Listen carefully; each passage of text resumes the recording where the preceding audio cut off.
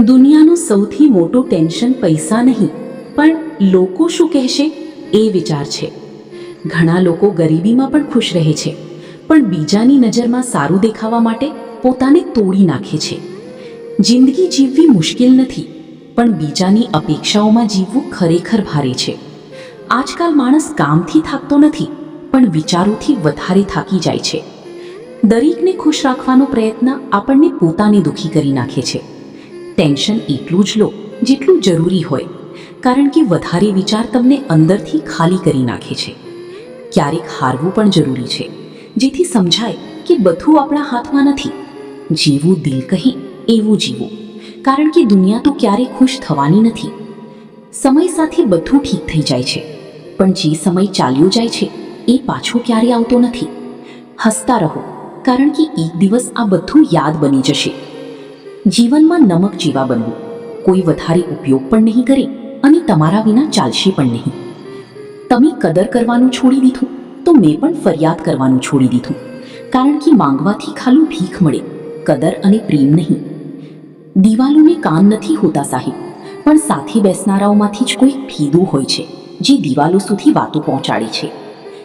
વિશ્વાસ કરવાવાળા મૂર્ખ નથી, પણ વિશ્વાસ તોડવાવાળા મૂર્ખ છે, કેમ કે એ નાનકડા સ્વાર્થ માટે એક સાચી વ્યક્તિને ખોઈ બેસી છે. નાના હતા ત્યારે અંધારાથી ડર લાગતો હતો, મોટા થયા તો હવે અંધારાનો ડર નથી લાગતો, પણ અંધારામાં રાખવાવાળાથી ડર લાગી છે.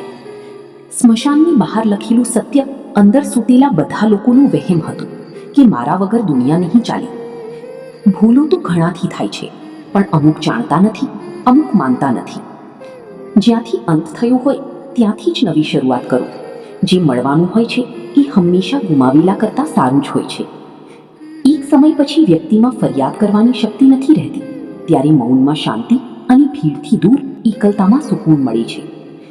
ઘરેથી દૂર રહીએ ત્યારે માનું મહત્વ સમજાય, અને નોકરી કરીએ ત્યારે બાપનું મહત્વ સમજાય. પગ ભીના કર્યા વગર તો નદીઓ પણ પાર નથી થતી સાહેબ. આ તો જિંદગી છે, આંખો ભીની કર્યા વગર કેમ પૂરી થાય? સમયને હરાવી પણ ના શકાય, સમયને જીતી પણ ના શકાય સાહેબ. ફક્ત ને ફક્ત સમયને ઓળખીને સબક શીખી શકાય. બુદ્ધિશાળી તો દુનિયામાં બધા લોકો હોય છે, બસ ખાલી લાગણીઓ અને વિશ્વાસમાં છેતરાય છે. ડૂબતાને તણખલું આપો, પણ સાપને દૂધ પાઈને મોટો ના કરતા. ઝેરી નિયતવાળાની મદદ કરશો તો એ સમય આવે તમારા સામે જ ઝેર છોડશે.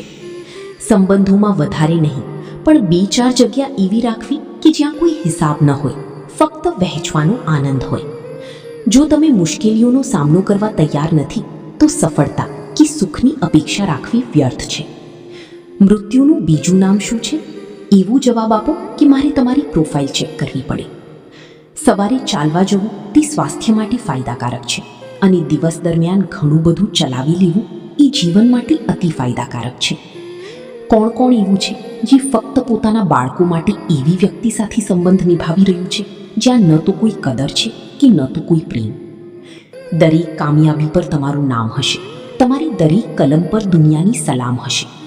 મુશ્કેલીનો સામનો હિંમતથી કરજો. ઉમ્મીદ છે કે એક દિવસ સમય પણ તમારો ગુલામ હશે. બધા સાચું બોલવાની જ સલાહ આપે છે, કોઈ એવું કેમ નથી કહેતું કે સાચું સાંભળી પણ લેજો? ઘણીવાર સ્ત્રી પોતાના પતિના સન્માન માટે દુનિયા સામે લડી લે છે, પણ જ્યારે વાત સ્ત્રીના સ્વાભિમાનની આવે ત્યારે તે જ પતિ ઘણીવાર મૌન રહીને અથવા અપમાન કરનારાઓનો સાથ આપીને પત્નીને એકલી પાડી દે છે. ગમતા વ્યક્તિને સાચવીને રાખજો. જો ખોવાઈ જશે તો ગૂગલ મેપ પણ નહીં શોધી શકે. જિંદગીમાં દરેક દુઃખનો સામનો હસતા હસતા કરો, કારણ કે રાત્રિ ગમે તેટલી લાંબી હોય પણ વહેલી સવારે સૂર્યના કિરણો અજવાળું લઈને આવે જ છે. મોઢા પર સારું બોલે અને પીઠ પાછળ ખરાબ બોલે એવા લોકોથી દૂર રહેજો મિત્રો, કારણ કે એવા લોકો દુશ્મનથી પણ વધારે ખતરનાક હોય છે. જેમની નજરમાં તમે સારા છો તેમની નજરમાં તમે સારા જ બનીને રહેશો. જેમની નજરમાં તમે ખરાબ છો તેમની નજરમાં સારા બનવું વ્યર્થ છે, કારણ કે તમે પોતાને તો બદલી શકો છો, પરંતુ એમની ખરાબ થઈ ગયેલી નજરને ક્યારેય નહીં. જો કોઈના જીવનમાં આપણા ખસી જવાથી સારું થતું હોય તો પ્રેમથી ખસી જવું જોઈએ, જેથી કોઈના જીવનમાં તો ખુશી આવે. અડધા લોકોએ મારી સાથે એટલા માટે સંબંધ રાખ્યો છે કે એમને ખબર છે કે જ્યારે કોઈ કામ નહીં આવે ત્યારે બસ આ જ કામ આવશે, જે દીકરાને એમ લાગતું હોય કે તેનો પરિવાર તેને ખૂબ પ્રેમ કરે છે, તેણે એકવાર પોતાની પત્નીના પક્ષમાં બોલી જોવું જોઈએ. બધો જ ભ્રમ દૂર થઈ જશે. જિંદગી હમણાં એક મસ્ત વસ્તુ શીખાવી ગઈ સાહેબ. એકલા રહેજો, પણ કોઈના ભરોસે નહીં. દુનિયાની નજરમાં થોડું પથ્થર બનતા શીખી લો સાહેબ. જો મીણ જેવું હૃદય લઈને ફરશો તો લોકો ઓગાળતા જ રહેશે. જે સ્ત્રી પતિને અત્યંત પ્રેમ કરે છે તેની વાણી કદાચ કડવી હોઈ શકે અને તેની ગુસ્સો પણ વધુ આવતો હોય, પરંતુ તેનું હૃદય અંદરથી એકદમ શુદ્ધ હોય છે.